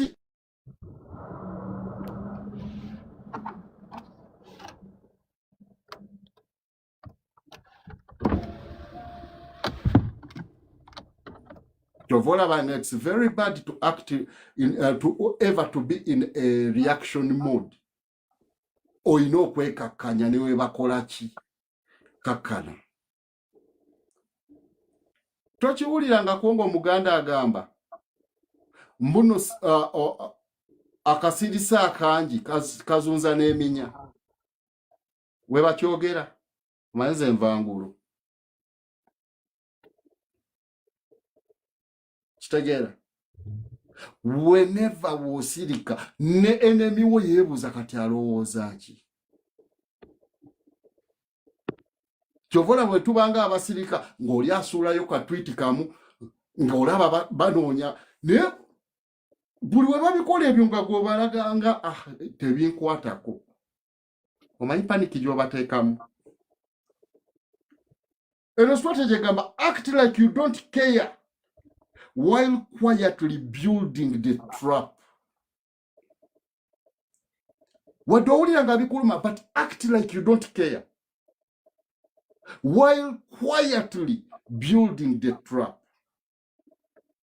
The day you reveal your trap, yekange nekange benga ambush. Oba omukutte wagenda okuza oba pulani eyo n'ogiyiye naye buli kaseera woobeera reactive. Tuzeeko kino ku Lwokuna tugenda ku street, ku Lwokutaano tugende tukole kino. Gw'obeera omusiru kye baagala olowooze. Nga nsembayo nga ngamba master your emotions. Eva beera mu mbeera ey'okumastaringa emotions zo. Kati baganda baffe abamu we bajja wano ne balowooza mbuno be bagezi abasembayo kubanga actingira ku anger ne emotions. Naye bw'omubuuza oyinza okumpa ensonga 3. Lwaki General Museveni aba musirise nnyo? Gwe ne wamugamba ki? Naye ye bw'aba agenda kwogera ayogera ate gwe bikunyiiza ng'olabira ddala si bituufu naye ng'omusajja omukulu yeekaza. Aba tagenderera kuwaayiriza. Aba agenderera ku attackinga emotionally ove mu kusirika okwo kuba okusirika kwo kyasinga okutya abatamanyi kikyolowooza. Naye buli woovayo n'oyogera n'oyiwa buyiyi oba okolera ye. Okitegeera kati gwe General Z oba General Z okolerani Sina gwe nkolera unity. Nkolera Uganda yange. kati otegedde ensonga yange lwaki eggulu nabadde kugamba tube bagumiikiriza Ndi wa people power kakadde bayonje kimbadde gamba nti buli lwe tugumiikiriza Abannayuganda bawola bava ku bintu ebyo by'okugumiikiriza kirungi naye si ky'Abannayuganda. That's not a Ugandan way. Otegeera Abannayuganda beevaako mangu. Sokoleke muganda wange omanyi lwaki beevaako mangu kubanga tubulwawo basement eya organization kubanga ekyo ekintu kye mwakoze kituufu yes naye how can it be effective nga action taking a place one action taking a course as per now nga it's the same action taking a course ekisolo the same action nga yeri karamoja the same action you have to act in coordination and in a disciplined way. Discipline kijenjogerako si yakubafukamirira mwino kuba ne discipline yamwe secret je mukoleramu ekyamwe nga kiri uniform. Kati ovudde mu kitoro ngenda nte nsima ya ngenda ku City Square oba okimanyi mbu security yonna bagiconcentratinga ku gwe ne bakucrashinga once and for all. Singa okusituka okwo ab'embale basituse Jinja basituse Hoima basituse Wabwa basituse okimanyi ostressinga security yaabwe. Did you know that? Webalaba nti ffenna tusituse Kampala ne bali ne bamanya cause gye tubadde tuwaayo buli kaseera mu kutugamba tukusituke ku luno mulundi. Kino ekyalo ne kiraba nti tusituse abeeno n'abeeri batandika okusituka. Tetugenda kusituka strategy bayitaani. Ffenna tugenda in a conventional strategy, a strategy bayitaani. Kakati mu gundi yaffe mu Uganda mwaffe strategy zonna tewali strategy genda kukola kubanga mbo tumala kutuula wantu tugamba oli gwelere nkyana yono nkyale tugenda kutandikira ku bantu baffe bennyini bataano 10 kugenda somewhere ne tumanya nti okay tuli uniform eggulu tugambye betumanyi tukontaktinza abantu nga 5 bagende bamobilizingire abeggulu bantu nga 10 kutandikayo batu ne Masaka tutandike n'abantu nga bwe tugezaako kukola buli kundi yonna nesobola okusoboka kubanga Uganda kankubuulira amazima never attack such a system ng'oyimiridde ku system ya kugezaako si kugezaako tetugezaako twekolamu teams cause Uganda tebangako tetwayingibwangako kuba Bannayuganda tebafunako protest zonna okyegera so they are scared. Bali mukutya bonna bati okufa naye ate ne woofa. Who told you that they are scared? But of course lwaki tebagenda baba kati bakubbya akalulu buli omu bamukwata babasanga mu mayumba lwaki tebagenda ku street bonna bwebana abeera ebbali gye bagenda obbattira bwebagenda abeera ebbali gye bagenda obbattira naye bagenda wamu bonna wamu at once kale tubatumuluzemu kamera batukuba amasasi okozesa measurements okakasambu bali scared. Tutwanzeko last aka last time kukakola kati twakalwanirira. What is scared? I'm not scared. You're scared. What shows I'm scared? What shows I'm scared? Okolera mu panic. Anyone who acts under panic is scared. How am I? I'm trying to give a why do you panic about time? I'm trying to give better ideas. Musobolo zokukolerirako. Osegera. You're not giving. What better idea are you giving? You're not giving ideas. You just saying telling people, oh, we have to be calm. Have you just come? We have to be calm. Tuja kusituka this time, another time. You have to. I want to obateka morale. No bagama manyi. Okay. Kino kiganyo ba Thursday ganyo tugezeeko. We have to get on the street. Ekintu kiri kimu kugenda ku street. si kubeera wano kubakakkanya kuba wamboozi mbu munnaye gundi yakola gundi kino twina we have to get it. It's a war. Bano abasajja batutta. Kituufu ky'ogamba luno lutalo naye tuna lutalo lwogenda kuyingiramu na busungu omaleko kumanya nti bwetulwanyisa yalina obuyinza kakati kakubulya General kati mugenda kuyingiramu mutya. Wuliriza General Z. I'm telling you facts and I would like you to disapprove me. Once you carry your ego and your emotions n'ogiteeka ku battlefield baba bakuwanguliddewo obadde kimanyi ekyo ekyo sigamba mbu nina emotions mbu njaga kulwana na muntu. No, I just want to encourage abantu baffe babeeremu buli omutima mbu yes bwetubeera ffenna abangi ku street tebasobola tukuba masasi bwetubeera ffenna abangi ku street nga tubatunuzza mu kamera kale batutte nga tubalaba bwetu ku cameras. Are you listening to what you're saying? Yes. Yourself. Yes. abantu ekituufu basobola okuvaayo ne bajja mu bongi naye n'okusigalawo nga omulabe waffe akoze ebyakoze nakyo kisoboka okubeerawo nobakola kye bakoze ne batasigalawo so nga tebavuddeyo mu bongi kati kyekivuro kyaki nze leka mbabuuliremu katono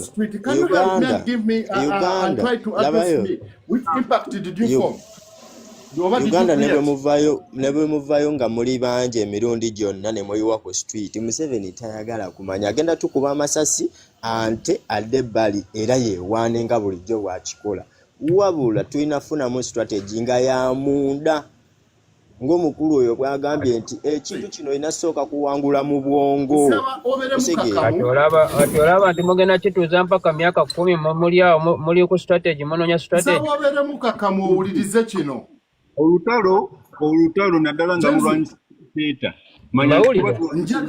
nsaba owulirize kino muganda wange dictator gwe tugenda okulwanyisa yatta abantu nga tafaayo ani afa ani afudde osegeera kati tulina kufuna strategy nga lutalo lwebatattiramu nani kati wuliriza tugenda kufa ne bwe batatirire mu lutalo ogenda kufa osegeera naye twagala tubulire abantu ekituufu sikuvaayo mbu ate tugende ku street tukole ki mugenda vayo nga muli bangi era bagenda kubattanga bulijjo wabula tusooke tufune strategy entuufu strategy by the time you're full strategy. Listen to this first. Okay. It's not a matter of just I'm listening. I'm giving you my ears. Yeah? Can uncontrolled emotions liberate or destroy a nation? Can you give me that answer? Uncontrolled emotions? Yeah. Liberate or destroy a nation? How you gonna tell that we have uncontrolled emotions? How can you measure that? We are just here. Just because I talk like this doesn't mean I have all emotions. I'm calm. I wouldn't be here talking and listening to you if I had emotions. I'll be just blasting everything. I take it, but I'm able to listen. What have I blasted, by the way? What? What have I blasted? I said I'll be here blasting. Okay, what is that? For you are not emotional, but others whom you are in agreement with you. They are not like Tawa. I'm in agreement with you. Mbu system sinungi. Very fraudulent. I'm in agreement with you that you have that pay. I'm in agreement with you mbu batubya kalulu. Otegera. Naye mazima njagala okimanye history has it. People can be right on their cause. Abantu bayinza okuba abatuufu ku nsonga gye baliko, but wrong in application oba method. Naye nga bakyamu bazibu ku method gye bagezaako okulaga obutali bumativu obwo. Tetusobola kukoleza abantu biri mu matima gwabwe nga tetunaba kubagezesa. Stop your emotions, brother. I don't have emotions, bro. Many nations have failed, not because they are weak. because they lacked discipline mu handling emotions zaabwe. Many powerful nations ziremereddwa. Ostegera. So the reality is, brother, we're gonna sit back and just wait for the people to bring their emotions down. bakoleddwako ne balemererwa okutuukiriza kye baagala. In such an oppressive system, but ekintu kimu, what they fear is organized and disciplined citizens, not your noise. Kuba buli kimu kye bakola nga baagala noise yo. So, because anger without discipline gives them justification for repression. Ako kawulidde. Anger without discipline kibawo omukisa okukakasa your repression. Anger without discipline divides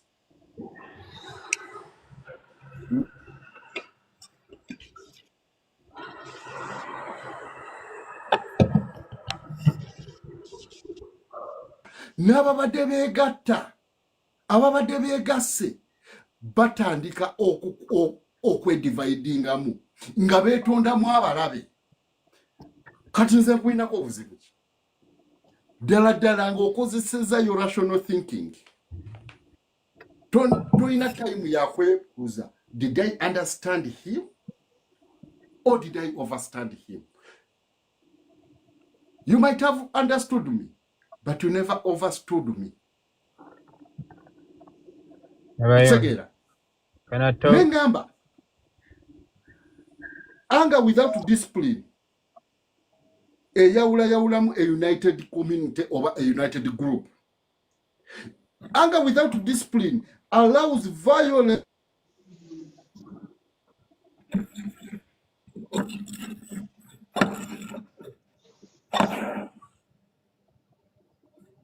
Anger without discipline silences the truth and labels you over your cause as a violent cause. Tutya. Yes. Abatulabe ebweru. Abatabitegedde. Bwe balabanga bwe twogera wano twogeza busungu, twogeza buchayi. Yes, batubye. Naye okunyonyola ekyo tulina kinyonyolera mu busungu n'obuchayi. That's my simple question. Emotions zetukozesa okukinyonyola. N'atabibadde tabitegedde ayinza obitegeera in depth. As we are working on 4Ks, ezibaddewo zonna enzire zetuliko tetuli ku byasimanya. Akubuuza ekibuuzo Gen Z. Yeah. When a house catches fire, does your alarm set off that fire? No. Ng'ennyumba ekutte omuliro. No. Enduulu gy'okuba nga oyagala obuyambi okuguzikiza. Enduulu yo yezikiza omuliro ogwo. No, naye enduulu ewa gundi. Ewala. Yes. Enduulu yo ejja kulaga oli obulumi bw'oyina naye nga tetegedde bulumi buva ku ki. Kye kiyinza okusettinga off fire eyo. What can set that fire off? Either kulekako mubakweba oli nakola something wrong oba anything can happen wrong, hira nekuba oba ekintu kyonna waya ne oba yakutuse somewhere ne basement oba somewhere ne nyumba nga tomanyi nebwatuka. Trait n'omanya okay. Nekijja tomanyi. So na kino tulina balumba nga tomanyi. Enduulu mpite obuyambi. Naye nga naawe otandise okukwata fire extinguisher. Naye fire extinguisher eyo bw'ogifuuwa bw'oti evaamu muka gwokya oba gunnyogogera ddala. Psychologically, do you know what it means? Your anger can't solve this issue.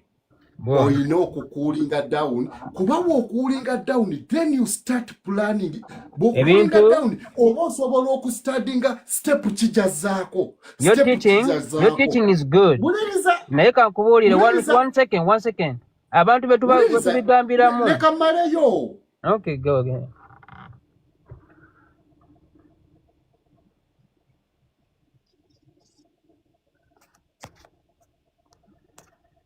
Anger have never saved any nation. Obusungu kitundutundu kya butonde naye teri busungu we bali busevinze nsi yonna. Saving ensi mbulamu. Clear thinking.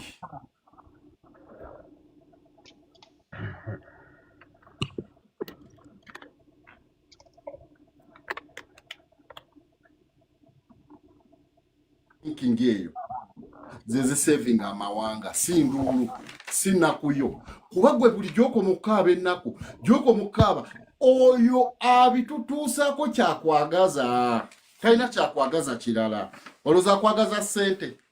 Let's think clearly. Bana Uganda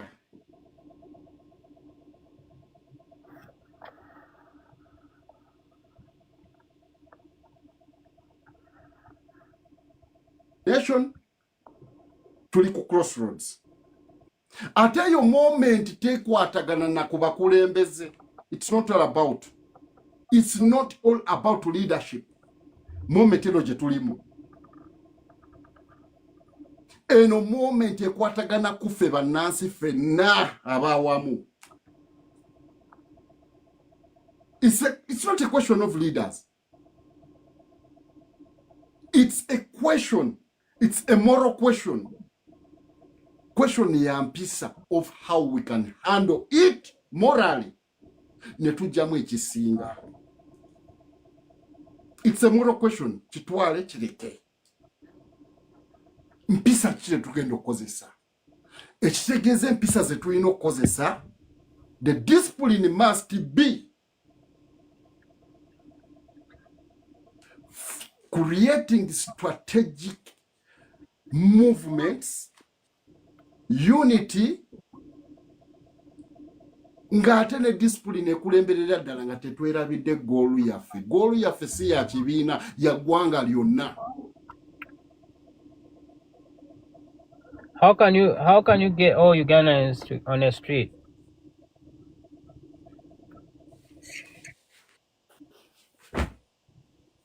Uganda wange. There are 1,000 ways of killing a goat. I can nsobola gituga, I can poison it. Do it. Nsobola okukola ki? There are 1,000 ways to kill a goat. Give me two.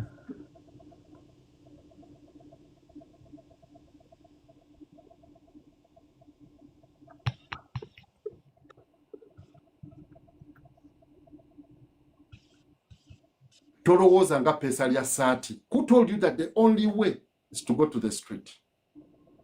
Again, one second. Ekyo gwakyogedde. No, Ulira nkweyengerera lesesa. General Shanzu yagamba, the best general is the one who can win war through negotiation without shedding any blood. Neyengeri jeri. There are 1,000 ways.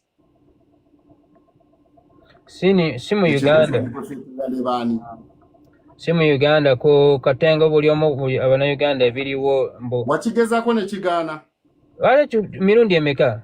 Every time abantu bavaayo ku stage baba abala tebajja nga baba kwata nga batwaka amakomera gonna gajjudde. Jenzi. Ekyoga nti Uganda tebayina. Kati ekyo kiyinza badde Ethiopia. The real world. Tawagenda maaso. Ensonga zange ze mbadde ngezaako okulaga. Mbadde siwakanya kirowoozo kyo eggulo. Nze obutakwatagana naawe kirowoozo tekitegeeza mbu I'm against it, no. We had thousands of people abali ku same page. Nga nawe ogamba yoli nchuka, but you are not pushing. At least we give it. Let's kuba numbers zolina. Call out people. We try it out. Ogamba okay twanange nawe gaseko chaganye. So what's the next? What's the next step? Idiot. I don't follow because people are following. No, obango oli wanchuka. No, ulinda ko. I don't follow things because many people are following. Kati wetu tandika okulya amazinga bawere 10 nange ngalye. Tulina kuba unity. I can't unite in stupidity. Twala katene awo chetukuyisiza chetugamba mbochi muri munyanga. Webale nnyo. Kubanga if you can muganda wange. If you can muganda. Coordinating n'abantu bachuka. Kati katugambe. Ngoli wala chomesa yambata. Otambulira ku ndowooza yambata. Kubanga embata enkulu kasite kulembera eti ne webera n'ebyana 5. Byonna bikulembera wadde enkulu egudde mu kinnya zonna zigwa mu kinnya. Are you in a dark-minded person? Okay. I'm just asking a question. Because you're proving mbuno olowooza nga mbata.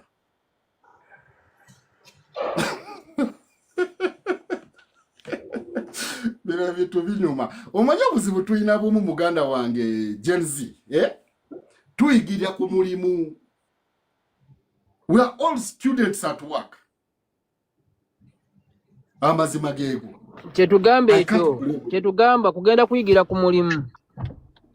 Ochegeera. Pene tubeerayo tuyigireyo gye tuyigidde. Brother, kasoke tuweko lyrics katono nnyo. Lyrics what's up bro? Kuno kufa si mulimu. Obulambu bwa mulundi gumu. Webali. Ate gye bukeera ku makya ng'ogenda mu lutalo ng'ogenda tolina strategy. Kitegeeza mugenda kufa nga biyenje. Togenda kuba na plan. Webali nnyo. Otandikirawa okomawa. Ate ekirala abali kunena abasinga exit plan yeriki jena babuziza simple gulo kyakubiri olaba abali waneeno tuliko 7 naye 7 oyinza okusangako 10 nga be bali ku ground nga abadali ku ground be bali mu kusinga okupikkamu mugende mulumbe naye nga gwagamba mulumbe toliiyo togenda kubeera mu balumba.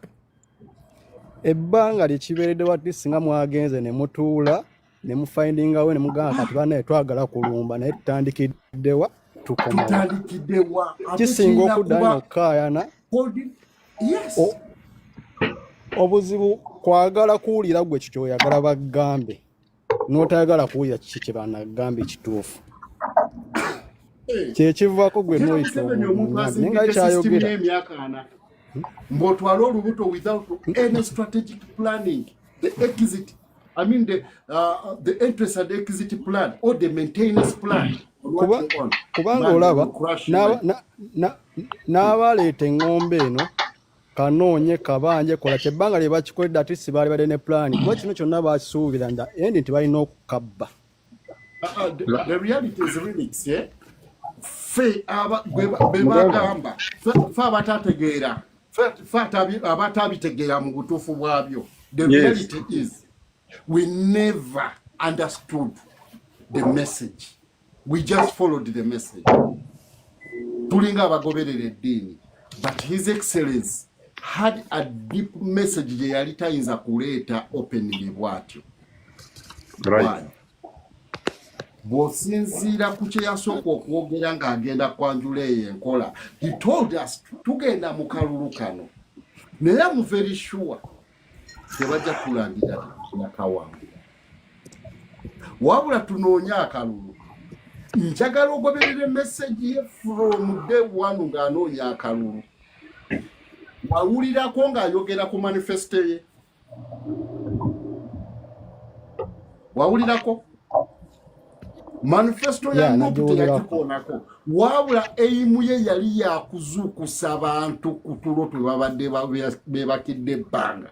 Ng'abajjukiza bujjukiza bye bayina n'ebitaliiwo kati abajjukiza bujjukiza enfuga embi gye batufuze twandyagadde ogenda mu nfuga eno n'azuukusa eggwanga lyonna era yatugamba era manifesto yagyogerako n'agutulekera n'agamba mugende mu maaso nga musomesa abantu manifesto ye yayogeranga ku birala nnyo era we twamala gundi yagamba thanks to God tuzuukusizza buli omu eggwanga lyonna yali abazuukusiriza ki kugenda kulonda kalulu teyabagamba mu tebagenda kalangirira no use your brain now yatugamba tewali buyinza bwe bakuleetera ku source. What does it mean?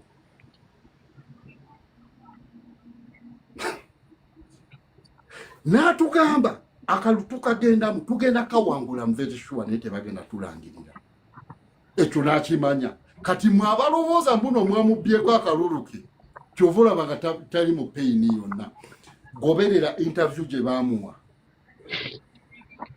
n'agamba what I know very well one day Ugandans will stand up and fight for their victory. Tegeeza strategy nazo tulina okutunuulira bannayuganda basitandize otherwise amaze okuzuukusa abannayuganda kati ng'alina okufuna a common factor bonna gye balina okuyimirirako ke kalulu kaabwe naye nga era yatukakasa tebagenda kalangirira. So why do you feel so painful? Obutategeera message tekikulumya nnyo era ndooza atutunulira n'aseka oli n'akaaba n'amaziga mbu tebatulangiridde nga yakikugambirawo. In other words, bwe bakwata mu kalulu we have to stand up tukabange.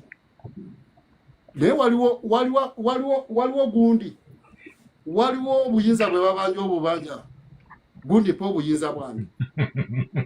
If you need the power do the needful. Kiri yali abategeeza openly fight for it. Kati oba gwoloza okuzungira ku street kwe kufightinga eyo nnaku yo.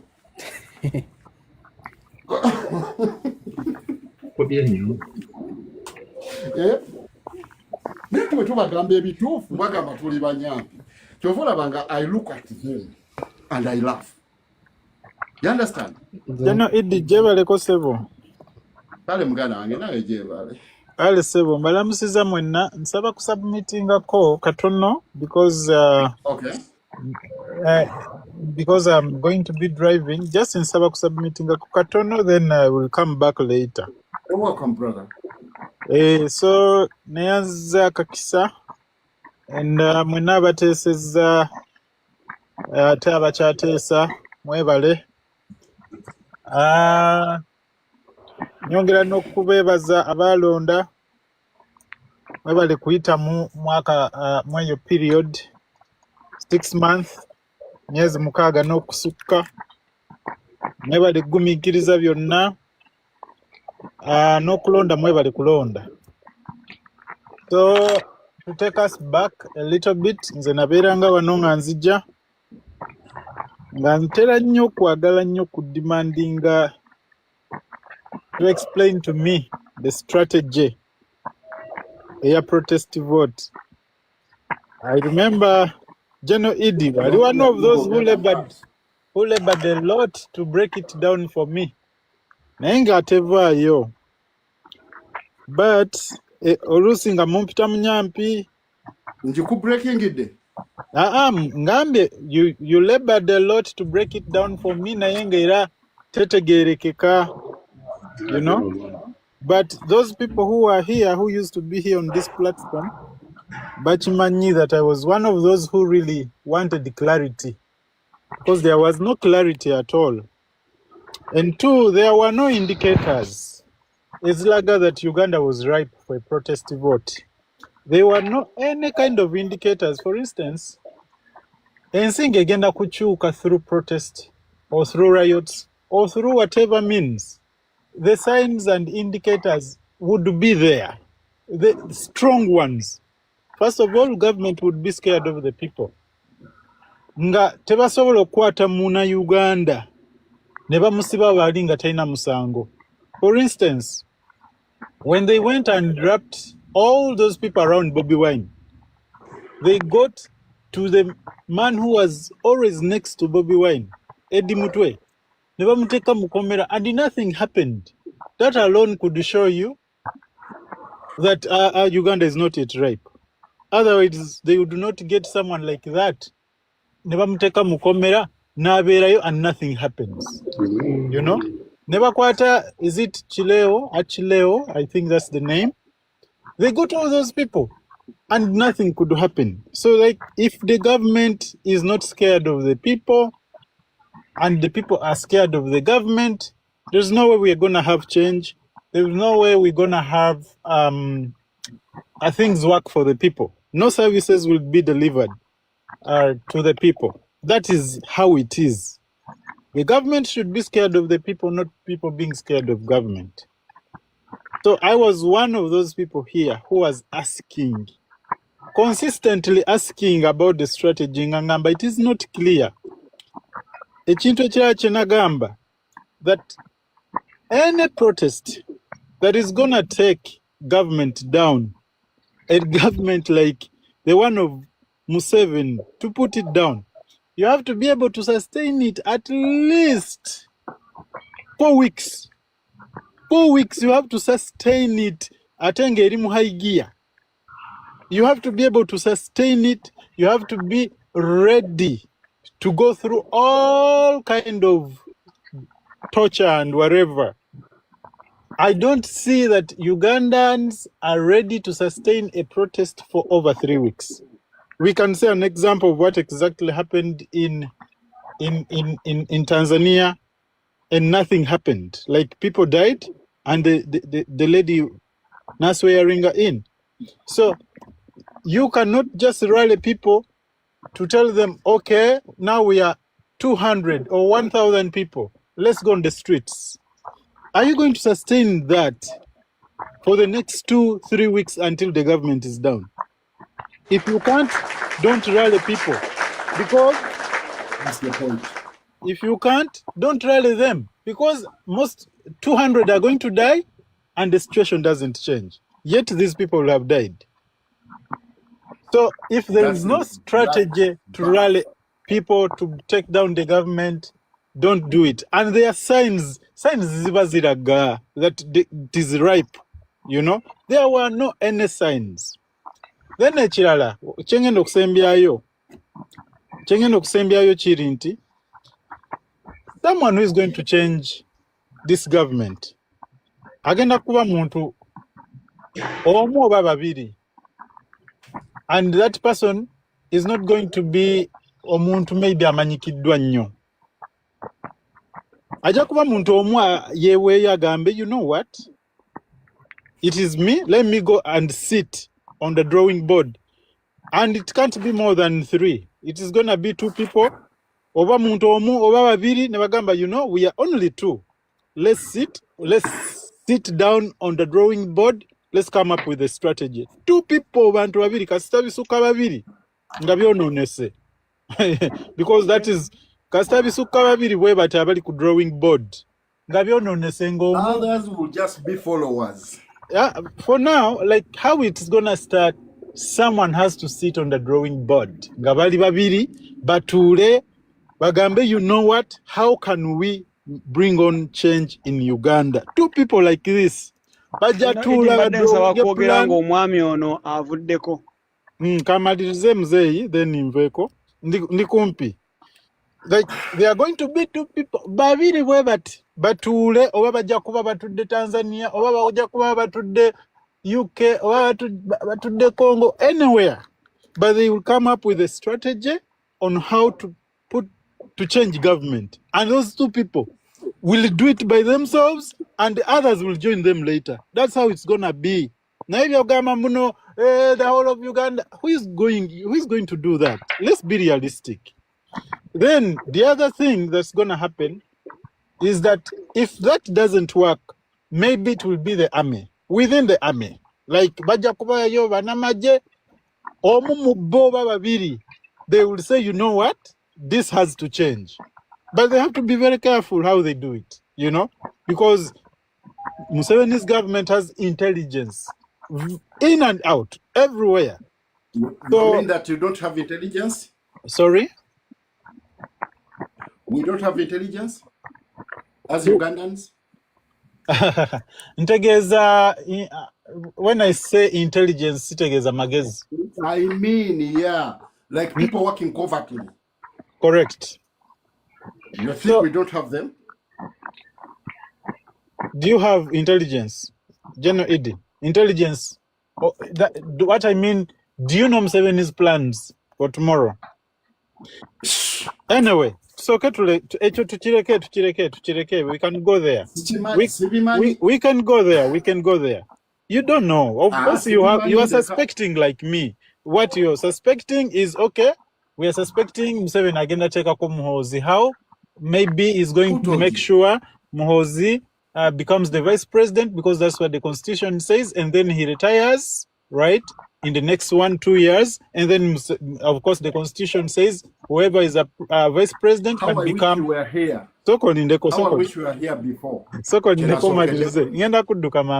So maybe because the constitution says if you're vice president and the current president retires, then the vice president becomes the president. Or they are going to change the constitution in such a way that in parliament, Wagambe, even a CDF, it's instead of the vice president becoming the president, it should be the CDF to take over as the president. So one of those, you know, can be a strategy. So you're not. Those are the things we are all speculating. Let me interject there. Yes, sir. Sisubira mbono leadership ya NUP Taina intelligence or people working covertly in the system. Trust me, even if they are there, they are very scared. They are there. Let me tell you, General Idi, they could be there, but working covertly under Museveni's government is very risky. Trust me. Who told you?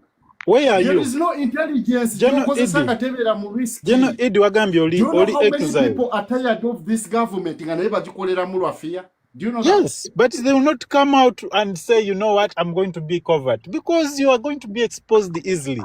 So it has to start from out. Geno Idi nandiagade tugende mu debate yo naye kankome wano nja kukomawo dekandeka batese. That is my submission. I'm ready for it anytime. Yes, I'll come back later in a couple of hours. Okay, sawa. I'll be there. Thank you. Kale, you can drop me. Okay. Yeah, thank you. Okay, sawa. Yeah. Gundi agenze. Wendy. Okay. Zimbabwe. Long time. How are you? Mbadde nsabye General Idi. Yes, sir. Hey. Nasabye omwami yavudde. Omwami ayogere, no problem. Okay, genda maaso. Neyanziza nnyo ssebo General Idi. Abali ku platform eno, abali ku panel n'abataliiko mwenna mbalamusizza. Nze ndi musajja wa nkyukakyuka. Ate nga ndudde nga ndi wa nkyukakyuka. General Idi weebale kusomesa, weebale kutangaaza ku nsonga ezigenda mu maaso. Naye mbadde njagala kuwa submission yange ku strategy kyekiddako. Omwami avuddeko mwebaza, ayogedde ebintu ebituufu. Naye mbadde nsaba kuwabula nze General Idi maze ebbanga nzija ku platform yo nali nkayanyeeko naawe. Naye okimanyi nti waliwo ebintu byogera nga sikkiriziganya naawe. Kituufu. Kakati omuntu nga muli ku side y'emu, buli w'omulingirira ne mutandika okusika omuguwa oba ani mutuufu oba ani mutuufu oba onafuya side yammwe. Gw'ojja ku platform ya General Idi ng'oli wankyukakyuka naye ng'omulaba wankyukakyuka n'otandika omukubamu ebituli oba n'osika omuguwa naye ku byasomesa oba ku information gy'aleese broad daylight nga togenze mu inbox oba onafuya. Ab'enkyukakyuka yonna gye muli mukikola mukikomye. W'olaba omuntu ng'alina following ng'ali ku side ya nkyukakyuka, gwe n'ojja n'otandika omuyita omunyampi n'ojja n'omugamba nti awo olimbye opponent gwe wadde mileage kikkirize oba kigaane kuba ejeno idi oba nze wano mukasa ayogera siri angel nange nja kwogera ekintu nga si kyekyo nga yentegeera yange nga kyemmanyi nga kyendowooza kye kijja okukola naye kati gw'ojja wano kati nze waliwo omusajja wano gwempa respect oba yeye hayitawa baba waali muwa respect y'amaanyi sebo mbadde nsaba omumpereyo obugalo ku lwange muwa respect y'amaanyi abasajja abo bahayitawa waba asobola okugenda ku front ne online tasaana kwogerwako kibi ne waba ayina ensobi